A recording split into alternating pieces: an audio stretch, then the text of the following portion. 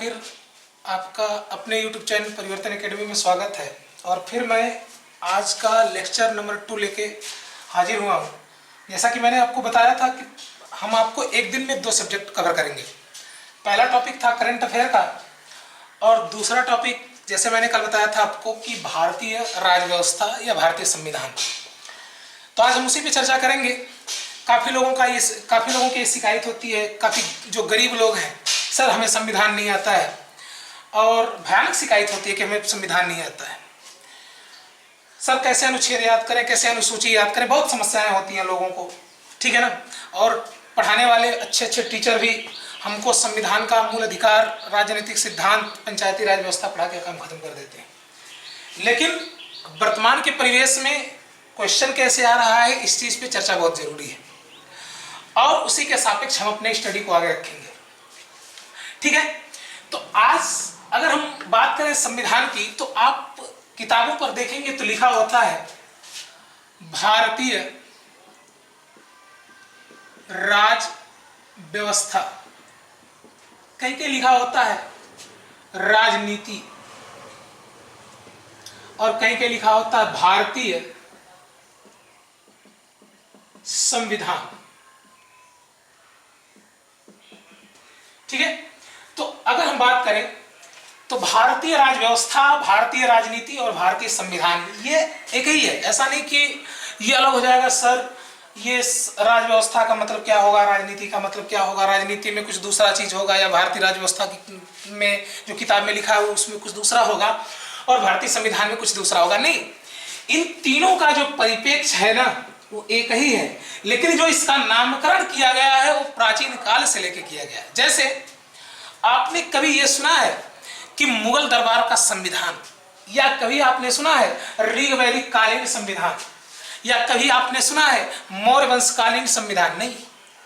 आप जब पढ़ेंगे ना किताब में तो उसमें लिखा होता है मौर्य काल का राज व्यवस्था, अर्थात उस समय का जो संचालन होता था प्रजाओं के प्रति, ठीक है ना, जो राजा करता था उसे राज व्यवस्था कहते थे। लेकिन अब संविधान कह रहे हैं। जैसे अगर मान लेना आपसे परिभाषा ही नहीं पूछा जाएगा किसी एग्जाम में कि भारतीय संविधान की परिभाषा बताओ, और भारतीय संविधान की एक निश्चित परिभाषा होती है कि संघ का विधान, अर्थात जिस कानून के अनुसार संघ चले उसे हम संविधान कहते हैं, ये क्लियर है। लेकिन हम संविधान 1950 के बाद ही कहते हैं, बहुत राज की बात ही है।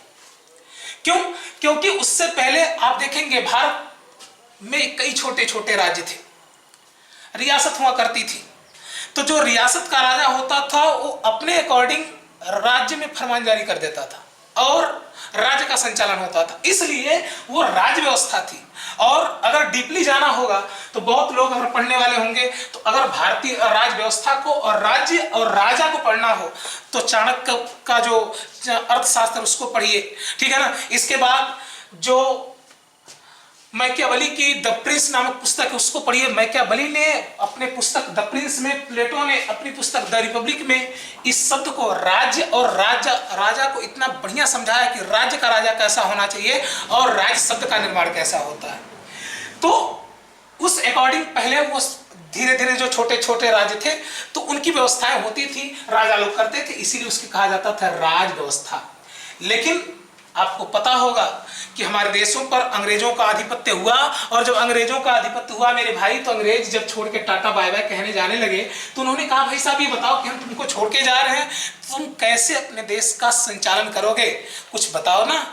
तो उन्हीं को दिखाने के लिए जो कानून बना, जो संग्रह बना, उसे हम कहते हैं संविधान। और उसमें यह कहा गया कि हम लोग जितने भी पहले अलग अलग थे, जैसे 16 महाजनपद प्राचीन काल में थे, लेकिन अब ये जो हमारे 29 राज्य हैं, 28 राज्य हैं, 28 राज्यों का एक समूह है। तो समूह जिस कानून से चलता है उसे संविधान करते हैं, अर्थात 1950 से पहले हमारा संविधान नहीं था। अब जरा हम बात करें कि भारतीय संविधान को हम पढ़ेंगे कैसे इस चीज में, तो बच्चे भारतीय संविधान को तो हम 2 पार्ट करके पढ़ाएंगे। एक पार्ट में हम संविधान के ऐतिहासिक पृष्ठभूमि को टच करेंगे, ठीक है ना, कि आखिर भारतीय संविधान का निर्माण, जो आप सुने होंगे भारतीय संविधान 2 वर्ष 11 महीना 18 दिन में बन गया, तो क्या एक दिन का परिणाम था कि सबके दिमाग में आता गया, या ये वर्षों की तपस्या थी? क्या अंग्रेज हमें एक दिन में आजाद करके गए, या वर्षों की तपस्या थी? आपको पता होगा कितने मां ने अपने लाल गवाए, कितने लोगों ने इस देश की धरती पर न्यौछावर हो गए, प्राण न्यौछावर कर दिए, चूमते हुए फांसी को लगा लिया। तो इसका परिणाम था कि हमें संविधान मिला, नहीं तो नहीं मिलता। तो काफी तपस्याएं थी, ठीक है ना। लेकिन उसमें भी लिखित प्रावधान क्या था, उस पर हम चर्चा करेंगे। तो अगर देखें तो भारतीय संविधान के परिप्रेक्ष्य में जो संवैधानिक विकास होता है, तो संवैधानिक विकास बड़ा लंबा है, लेकिन उतना लंबा हम टच नहीं करेंगे, घबराने की बात नहीं है। तो हम बोले हैं कि 1608 से 1608 से और 1757 तक, ठीक है ना, हम एक भाषा देख लेंगे। इसके बाद 1757 से 1773 तक, ठीक है, ये 2 भाग देख लेंगे। और 1773 से 1853 तक हम तीसरा भाग देख लेंगे।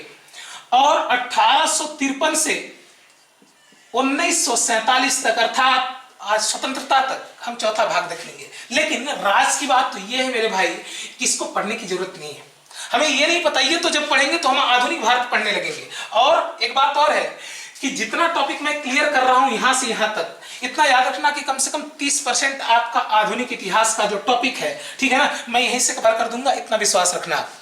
तो अगर चर्चा करें कि 1608 से 1757 की जो बात है, इसको नेगलेक्ट कर देते हैं। अब हम आते हैं, आपको पता होगा कि अंग्रेज हमारे देश में क्या करने आए थे। अब पूरी कहानी पहले सुनिए, फिर क्वेश्चन वाइज टच करते जाएंगे, एक टॉपिक को बताते जाएंगे, वो दिमाग में बैठता जाएगा। हम बात कर रहे थे कि हमारे देश में अंग्रेज क्यों आए थे, तो आप कहोगे सर हमारे देश में अंग्रेज कोई भी एजेंडा था उनका नहीं, व्यापार करने का एजेंडा था, वो भारत में व्यापार करने आए। लेकिन व्यापार कहाँ करते भैया, व्यापार करते करते व्यापार पर भी एकाधिकार कर लिया। इसके बाद भारत में जो प्रशासनिक व्यवस्था थी उस पर भी इन्होंने एकाधिकार कर लिया। और देखिए ना, उतने दूर से 7 समुद्र से पार से आके भारत में युद्ध लड़ते थे और भारत में युद्ध जीते जाते थे। और आपको पता होगा कि हमारे यहाँ 2 युद्ध लड़े, बहुत इंपॉर्टेंट युद्ध लड़े गए। हम संवैधानिक इतिहास पढ़ा रहे, ध्यान देना मेरे भाई। एक है 1757 का, एक है 1764 का। बहुत इंपॉर्टेंट युद्ध है, बहुत प्यारा युद्ध है। और कई बार, ठीक है ना, हम गरीब लोगों से ऐसा क्वेश्चन एग्जामिनर पूछ देता है, प्लासी का युद्ध कब हुआ था, किसके बीच हुआ था, बक्सर का युद्ध कब हुआ था, किसके बीच हुआ था। अब कहोगे सर हमें आप आधुनिक भारत पढ़ा रहे, नहीं, मैं संविधान का विकास पढ़ा रहा हूं। देखना इसको लिंकिंग कैसे मैं करता हूं। तो आपको पता है कि अंग्रेज धीरे धीरे हमारे देश में आए, व्यापार करने की अनुमति मांगी, फिर सामान रखने के लिए दुर्ग बनवाया, दुर्ग की सुरक्षा के लिए सैनिक रखवाए, ठीक है ना। इसके बाद आप देखेंगे तो प्रशासनिक कार्यों में हस्तक्षेप करने लगे। और कहीं ना कहीं भारत से उनको बहुत ज्यादा लाभ था, वही कारण था कि वो भारत को छोड़ के जाना नहीं चाहते थे, ठीक है ना। तो लाभ क्या था, हर चीज पे हम चर्चा करेंगे। तो सबसे पहले हम ये देखते हैं कि कैसे हमारे देश में संविधान का एक विकास हुआ। बहुत रास की बात है, सुनना ध्यान से। आपको पता होगा कि हमारे भारत में बंगाल एक समय ऐसी प्रेसिडेंसी थी कि बंगाल जो भारत का सबसे समृद्ध राज्य हुआ करता था। अर्थात किसी का भी, जैसे पुर्तगालों की बात कर लें, डच की बात कर लें, फ्रांसीसियों की बात कर लें, ब्रिटिशों की बात कर लें, अन्य राजाओं की बात कर लें, सबका जो आक्रमण न ज्यादातर बंगाल पर होता था। क्यों? क्योंकि बंगाल उस समय का सबसे समृद्धशाली क्षेत्र था। तो कहीं ना कहीं अंग्रेजों के मन में था कि अगर हम बंगाल पे कब्जा कर लेते हैं, बंगाल पर हमारा एकाधिकार हो जाता है, ठीक है ना, तो हम कहीं ना कहीं भारत के प्रशासनिक कार्यों में और भारत में कई दिनों तक रख के व्यापार कर सकते हैं। तो इन्होंने किया क्या कि साम दाम दंड भेद की नीति अपनाई। और आपको पता होगा कि उस समय बंगाल का जो नवाब था, उसका नाम था नवाब सिराजुद्दौला, उसको सिराज कहा जाता था। बड़ा अच्छा आदमी नहीं था, ठीक है ना। इसके खिलाफ लोगों को भड़काया और 1757 में प्लासी के मैदान में युद्ध हुआ। जो प्लासी है बंगाल में, पश्चिम बंगाल में पड़ता है, नदिया जिला में, ठीक है ना, उस समय बंगाल के अंतर्गत आता था। तो सिराज और उस समय अंग्रेजों का जो सेनापति था उसका नाम था लॉर्ड क्लाइव, इन दोनों के बीच में युद्ध हुआ।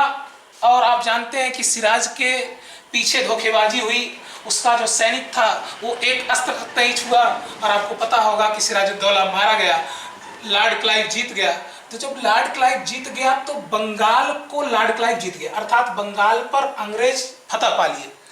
और जब बंगाल पर अंग्रेज फतह पा लिए तो यहाँ पर बंगाल पर अंग्रेजों का अप्रत्यक्ष शासन था, और अप्रत्यक्ष शासन था, वही सबसे पहला टॉपिक बनता है। वहीं से जो लॉर्ड क्लाइव था उसको बंगाल का गवर्नर बना दिया गया। तो अगर क्वेश्चन पूछेगा कि बंगाल का प्रथम गवर्नर बताइए, लॉर्ड क्लाइव, किस युद्ध के पश्चात उसे बनाया गया था? 1757। क्या नाम है? प्लासी का युद्ध। किसके किसके बीच लड़ा गया था? सिराज और लॉर्ड क्लाइव के बीच लड़ा गया था। और इसमें विजय किसकी हुई? तो लॉर्ड क्लाइव की विजयी हुई, याद रखिएगा। तो कहीं ना कहीं इस युद्ध के बाद अंग्रेजों का अप्रत्यक्ष रूप से भारत पर शासन हुआ, अप्रत्यक्ष रूप से, अर्थात वे किसी न किसी को नवाब नियुक्त कर देते थे और पीछे से सत्ता का संचालन करते रहते थे, जैसे आज भी कई पार्टियों में हमारे यहाँ ऐसा होता है। मैं नाम नहीं लूंगा, समझ जाओ, ठीक है। इसके बाद हम 1764 की बात करें। 1764 में भी आप देखेंगे एक निर्णायक युद्ध हुआ। उस निर्णायक युद्ध का नाम है बक्सर का युद्ध, और बक्सर के युद्ध में भी अंग्रेज जीत गए। और जब बक्सर का युद्ध अंग्रेज जीतते हैं ना साहब, तो कहीं ना कहीं बंगाल पर इनका पूर्ण रूप से अधिकार हो जाता है, अर्थात उस समय बंगाल का जो राजा है बिल्कुल गरीब हो जाता है, भयानक विकट स्थिति में पड़ जाता है, ठीक है ना। और जब पड़ जाता है तो सबसे बड़ी बात है यहाँ पर अंग्रेजों का शासन हो जाता है, अर्थात अंग्रेज अब दीवानी मामले में भी हस्तक्षेप करने लगते हैं, अर्थात जो टैक्स वसूलना होता था, ठीक है ना, सैन्य प्रशासन, ये सब अपने अंदर ले लेते हैं। तो अगर पूछेगा कि बंगाल पर अप्रत्यक्ष शासन कब हुआ? 1757। बंगाल पर प्रत्यक्ष शासन कब हुआ? 1764। अब इस बात को जरा यहीं पे छोड़ दो, समझना। ये इसे भी जीत लिए, इसे भी जीत लिए, पूरे भारत में इनकी तूती बोलने लगी, पूरे भारत में अंग्रेज भैया होने लगे, ठीक है ना। जितने भी चाटुकार साहूकार थे सब लोग इनका चाटुकारिता करने लगे। लेकिन अब जरा हम पीछे आपको लेके चलते हैं। आपको पता होगा कि ये जिस देश से आए थे उसका नाम था ब्रिटेन, ठीक है ना, ब्रिटेन। और ये आए थे भारत में, क्या करने आए थे? व्यापार करने आए थे। आप जानते हो भारत सोने की चिड़िया थी, अपना एक उत्कृष्ट स्थान था, हमारी जलवायु, हमारे यहाँ के लोग, हर जगह अगर आप पूरे विश्व में घूम के आओ तो हमारे जैसे लोग कहीं नहीं मिलेंगे, अच्छे अच्छे खतरनाक। इसके बाद हमारे जैसी जलवायु कहीं नहीं मिलेगी। तो कहीं ना कहीं ये जो ब्रिटेन में, आप जानते हैं कि ब्रिटेन जो देश है इससे भी पहले पुर्तगाल से, ठीक है ना, इसके बाद डच, ये सब आ चुके थे बेचारे गरीब आदमी। तो कहीं ना कहीं वे भारत से अच्छा रिस्पांस लेके गए, अच्छा कमाते थे लोग। और उस समय उद्योग क्रांति स्टार्ट हो चुकी थी, तो कहीं ना कहीं यूरोप में उद्योग क्रांति की जो प्रतिस्पर्धा थी वो बहुत ज्यादा थी। तो इन्होंने जो ब्रिटेन के एक समूह था, उस समूह का नाम था ईस्ट इंडिया कंपनी। इन्होंने यहाँ के क्राउन बोले तो हिंदी में कहते हैं ब्रिटिश ताज, इंग्लिश में कहते हैं ब्रिटिश क्राउन। और क्राउन कौन होता है? वहां के राजा और रानी को, ठीक है ना, हम वहां का क्राउन या ताज कहते हैं। ये कई लोगों का समूह था, 10-12 लोगों का समूह था। ये लोग गए राजा रानी के पैर पांव छुए, बोले कि साहब हमारे यहाँ जो प्रतिस्पर्धा है बाजार की बहुत ज्यादा है, हम जाना चाहते हैं भारत में और व्यापार करना चाहते हैं, और जो मुनाफा होगा उसमें से हम आपको भी ज्यादा से ज्यादा टैक्स देंगे। तो भाई सभी लोग चाहते हैं कि देश का विकास हो, ठीक है ना, टैक्स मिले। तो ब्रिटिश के जो राजा क्राउन थे, राजा रानी, ये बोले कि ठीक है साहब जाओ, लेकिन इन्होंने कहा साहब हमें एकाधिकार चाहिए व्यापार पर, अर्थात अगर हम भारत में जाएं तो भारत में जब हम अपना व्यापार करें तो हमें व्यापार जब करके स्टैंड हो जाए तो ऐसा ना हो कि किसी को भेज दो, ठीक है ना। अभी हम व्यापार करके थोड़े मोड़े परिस्थिति हमारी सुधरी है व्यापार करके, तब तक आप 3 लोगों को और भेज दो तो यहाँ पर भी प्रतिस्पर्धा ज्यादा हो जाएगी, तो आप किसी को भेजना मत, ठीक है ना। तो ये बोले कि ठीक है जाओ व्यापार करो। यहाँ पे आए लोग व्यापार करना इन्होंने प्रारंभ कर दिया, और जब व्यापार करना प्रारंभ किया तो ये पहले किस तरह कदम बढ़े समझना जरा। इन्होंने सबसे पहले भारत के जो नवाब होते थे, जो राजा होते थे, उनसे व्यापार करने का परिचय, व्यापार करने की अनुमति मांगी। और व्यापार करने की अनुमति के बाद उन्होंने कहा साहब व्यापार तो हम कर रहे हैं, सामान कहाँ रखे? तो उन्होंने कहा तब क्या करें? तो बोले कि दुर्ग बना ले। तो अब बोलो तो दुर्ग बना ले। तो बोला ठीक है दुर्ग बना लो तुम। दुर्ग बना लिए, लेकिन दुर्ग की रक्षा के लिए कौन चाहिए? सैनिक चाहिए, सैनिक भी रख लिए। कहीं ना कहीं अगर देखा जाए तो इन्होंने भारत में एक पूर्ण साम्राज्य का विकास कर लिया, और जब पूर्ण साम्राज्य का विकास कर लिया तो इनकी जब शक्ति भारत में कई वर्षों के बाद मजबूत हुई, तो इन्होंने भारत के राजनीतिक प्रशासनिक कार्यों में हस्तक्षेप करना प्रारंभ कर दिया। और जब हस्तक्षेप करना प्रारंभ कर दिया तो इसका प्रत्यक्ष प्रमाण कब मिलता है? 1757 और 1764 के युद्ध के बाद। अर्थात ये बात समझ में आई कि कैसे मैंने इसको लिंक किया। अब सुनना ध्यान से। अब हुआ क्या कि इस ब्रिटिश ईस्ट इंडिया कंपनी के जो विरोधी थे वे बेचारे अब राजा रानी को भड़काने लगे कि देखो साहब, आप भेजे थे व्यापार करने के लिए, ये जाके भारत में उन लोगों को मार पीट रहे हैं और अपनी शक्ति को मजबूत कर रहे हैं। हो सकता है कि वो ब्रिटेन में भी आए और आपकी गद्दी को पलट दें, तख्त पलट हो जाए, तो गड़बड़ हो जाएगी, आपका जो सत्ता है वो जा सकता है। ठीक है ना? इसलिए आप इन्हें कंट्रोल करिए। तो कहीं ना कहीं ब्रिटिशों को कंट्रोल करने के लिए, ब्रिटिश के ईस्ट इंडिया कंपनी के कंट्रोल करने के लिए अंग्रेजों द्वारा, ब्रिटिश क्राउन द्वारा 1773 में एक एक्ट बना के भेजा गया। उसे कहते हैं रेगुलेटिंग एक्ट। अब जरा समझना, ये जो रेगुलेटिंग एक्ट आया किसके लिए आया था? ये भारतीयों के लिए नहीं आया था, याद रखना इस बात को। ये कहीं ना कहीं ब्रिटिश ईस्ट इंडिया कंपनी को कंट्रोल करने के लिए आया था मेरे भाई, इस चीज को याद रखना। और एक राज की बात आपको बता रहा हूं कि 1773 से 1853 तक जितने भी अधिनियम आए, 1773 का अधिनियम, 1761 का, सॉरी 1781 का अधिनियम, 1784 का, 1793 का, 1813 का, 1833 का, ठीक है ना, इसके बाद 1853 का। तो ये जितने भी अधिनियम आते थे इसको हम चार्टर कहते थे। क्या कहते थे? चार्टर। और चार्टर का जो शाब्दिक अर्थ होता है वो होता है नियामक। अर्थात 1773 से 1853 तक जितने भी कानून अधिनियम आए वे ईस्ट इंडिया कंपनी को कंट्रोल करने के लिए आते थे। ईस्ट इंडिया कंपनी को कंट्रोल करने के लिए आते थे कि ताकि वे अपने शक्ति का प्रसार और ज्यादा ना कर पाए, ताकि उनकी शक्ति के प्रसार से ब्रिटेन में दिक्कत हो।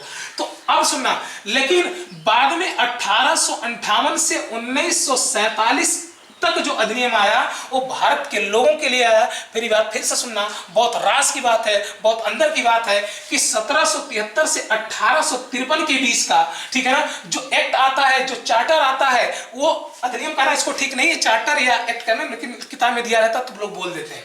ये आया, ये ईस्ट इंडिया कंपनी को रेगुलेट करने के लिए आया। लेकिन 1858 के से 1947 के बीच में जो अंग्रेजों द्वारा अधिनियम भारत में आता है वो भारत की जनता को कंट्रोल करने के लिए आता है। ये बहुत बड़ी बात है। अतः अगर देखा जाए तो भारत अंग्रेजों का वास्तविक गुलाम 1858 में होता है। ये बहुत बड़ी बात है, ठीक है ना। अगर वास्तविक गुलाम अगर पूछो तो कहते हैं सर यहाँ इतना गुलाम नहीं, कुछ नहीं जी। ये वास्तविक गुलाम कब होता है? अर्थात ब्रिटिश के राजा रानी द्वारा हमारा जो प्रशासन किया जाता था वो कब से किया जाता है? 1858 में। तो अगर पूछे कि ये बताइए ब्रिटिश ईस्ट इंडिया कंपनी को रेगुलेट करने के लिए पहला अधिनियम कब आया था? 1773 में आया था। इसी को संवैधानिक दृष्टि से भारत में सबसे पहला संवैधानिक, एक नहीं कहते कागजात माना जाता है, एक पत्र माना जाता है।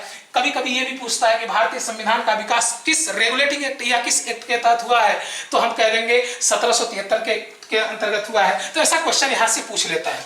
अब हम बात कर लेते हैं कि 1773 का जो रेगुलेटिंग एक्ट है, अर्थात वो जो एक्ट आया था ब्रिटिश ईस्ट इंडिया कंपनी को नियंत्रण करने के लिए आया था, उसमें प्रावधान क्या था, अर्थात इसकी विशेषता क्या थी। इस विशेषता से भी बहुत अच्छे क्वेश्चन आते हैं, ठीक है ना। और मुझे विश्वास है कि आप लोग अगर एक बार वीडियो को सुनेंगे तो आपके दिमाग में ये पूरी बातें उतर जाएंगी, ये मैं पूरे विश्वास के साथ कह सकता हूं। तो आइए हम विशेषता पर चर्चा कर लेते हैं बच्चे। तो पहली विशेषता क्या थी? आपको पता होगा कि उस समय की 3 प्रेसिडेंसियां बड़ी महत्वपूर्ण थी। एक प्रेसिडेंसी थी जिसका नाम था बंगाल, दूसरी थी मद्रास और तीसरी थी मुंबई, ठीक है। यहां पर भी गवर्नर होता था, यहां पर भी गवर्नर होता था, यहां पर भी गवर्नर होता था। हम प्रावधान बता रहे हैं मेरे भैया, ध्यान समझना, बहुत राज की बात है। अर्थात पहला यह था कि जो मद्रास और मुंबई प्रेसिडेंसी है उसको मिलाकर बंगाल प्रेसिडेंसी में मिला दिया गया। अर्थात मद्रास और मुंबई को बंगाल प्रेसिडेंसी में मिला दिया गया और यहां का जो गवर्नर था उसको खत्म कर दिया गया। अर्थात जो बंगाल का गवर्नर होगा वही मद्रास और मुंबई का भी गवर्नर होगा। और सुनना, अब ये गवर्नर नहीं रहा, अब ये गवर्नर जनरल हो गया, ठीक है ना, जनरल हो गया। तो अब हो गया बंगाल का गवर्नर जनरल। तो बंगाल का प्रथम जो गवर्नर जनरल है उसका नाम है वारेन हेस्टिंग। याद रखना, बहुत इंपॉर्टेंट टॉपिक है और कई बार क्वेश्चन पूछ लेता है।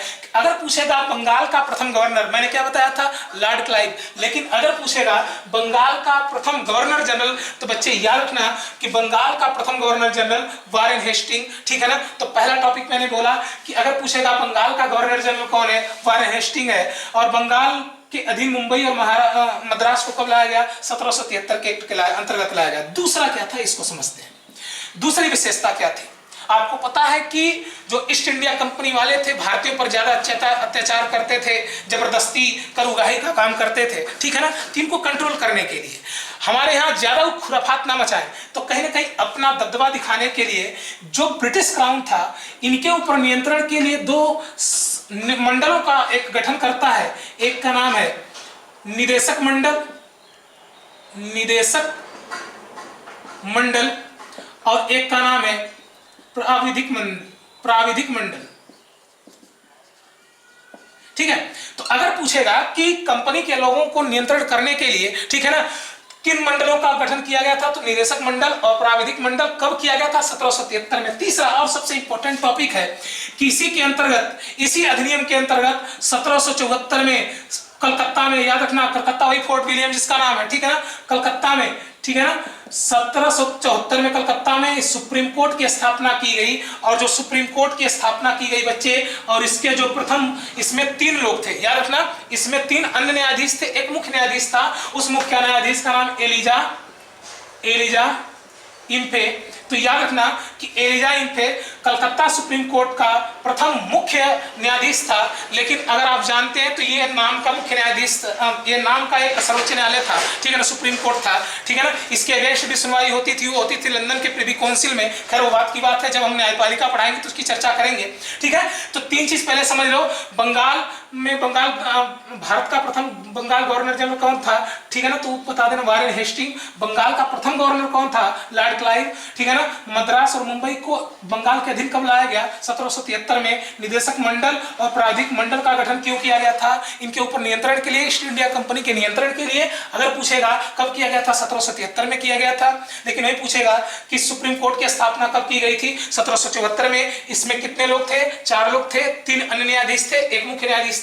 मुख्य न्यायाधीश का नाम बताइए, वह है एलिजा इम्फे। अब चौथा क्या प्रावधान था, इसको हम जरा टच कर लेते हैं। ये भी बड़ा इंपॉर्टेंट प्रावधान था। आपको पता होगा कि जब अंग्रेज हमारे देश में आते थे, तो प्रारंभिक बात मैं कर रहा हूं, तो वो क्या करते थे, भारतीय राजाओं को अपनी तरफ अट्रैक्शन करने के लिए पुरस्कार देते थे। Made in India, made in Britain का सामान देते थे, लोग बड़े खुश होते थे रिश्वत रूप में। लेकिन ठीक उल्टा हो गया कि जब अंग्रेजों का हमारे देश पर एकाधिकार हुआ, तो जो यहाँ का धनी वर्ग था, जो बणिक वर्ग था, ये उनको उपहार स्वरूप एक रिश्वत देते थे। अर्थात रिश्वत तो देते थे, मतलब नहीं कहते कि रिश्वत देते थे, लेकिन रिश्वत उपहार स्वरूप देते थे। तो इस बात का वहां भी पता चला, तो ब्रिटिश क्राउन ने इसी अधिनियम के अंतर्गत कानून बना के भेजा कि देखो रे भैया, कि पहली बात कि बिना लाइसेंस का कोई व्यापार नहीं करेगा। दूसरी बात कि ये जो तुम लोग लूट खसोट का काम करते हो, उपहार ले रहे हो रिश्वत के रूप में, ये बंद कर दो। तो कहीं ना कहीं अगर पूछेगा कि व्यापार, बिना लाइसेंस का व्यापार पर रोक, और अगर पूछेगा कि जो उपहार पर प्रतिबंध कब लगाया गया, 1773 में लगाया गया। तो ये 4 टॉपिक याद रखिए। ये आधुनिक इतिहास से यहाँ से क्वेश्चन पूछ लेता है कि बंगाल का प्रथम गवर्नर जनरल कौन था, ठीक है ना, यह प्लासी का युद्ध कब हुआ था। तो ये आपका एक संवैधानिक विकास के रूप में भी काम करेगा और आधुनिक इतिहास का भी कुछ टॉपिक कवर हो जाएगा। खैर मैं आधुनिक इतिहास को जब पढ़ाऊंगा तो काफी एकदम ब्रॉड लेवल में पढ़ाऊंगा, उसको जरूर मतलब और भी इसमें डीपली पढ़ाऊंगा। अब देखिए, जब 1773 का रेगुलेटिंग एक्ट खत्म होता है, तो उसको कंट्रोल करने के लिए, मतलब उसमें जो कमियां थी उसको दूर करने के लिए 1784 में एक नया एक्ट आता है, जिसे हम कहते हैं पिट्स इंडिया एक्ट। क्यों आया था, क्योंकि आपको पता होगा कि यह 1784 में जब यह भारत में अधिनियम आया, उस समय ब्रिटेन का जो प्रधानमंत्री था उसका नाम था पिट्स। 1773 का जो रेगुलेटिंग एक्ट आया था, उस समय जो ब्रिटेन का प्रधानमंत्री था उसका नाम था लॉर्ड नॉर्थ, ठीक है ना। तो लॉर्ड नॉर्थ के समय 1773 का रेगुलेटिंग एक्ट आया था और विलियम पिट्स के समय में 1784 का एक्ट आया था। तो बच्चे एक बात ध्यान देना कि इसमें बस दो प्रावधान है।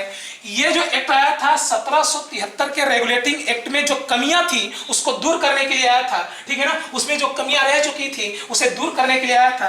तो पहला क्या था?